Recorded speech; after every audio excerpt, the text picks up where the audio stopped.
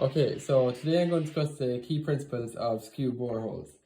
So as you can see here, the light pencil line is a construction borehole A and construction borehole B inside. And dark line going down is construction borehole B, construction borehole A. Then the AH is the borehole A and the head wall, and the F stands for the footwall, okay? So the first thing I wanted to figure out with this was I'd find the strike.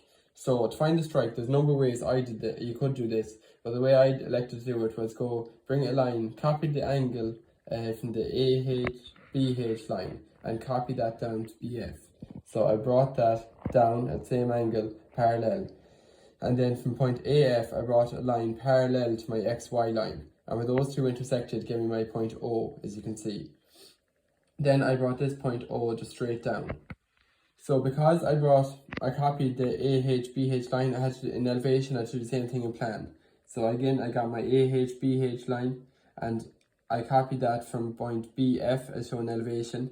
And again, I brought this line out parallel, and where that intersected my point line O that came down, that gave me a point to go off. So in elevation, I joined my O back to AF, and I done the same thing in plan, O back to AF, and I extended it beyond, and that gave me my strike line.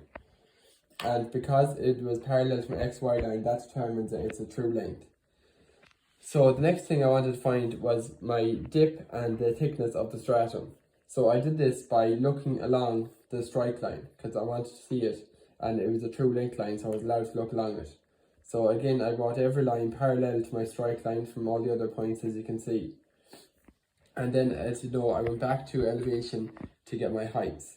I swung all the heights off and joined them up and brought them back. And as you can see, that formed this angle here for me in purple, which is known as the dip. And the dip is just basically the angle of inclination when we look along it. Then we see for the thickness of the stratum, I brought a line perpendicular, and that dictated the thickness of the stratum for me.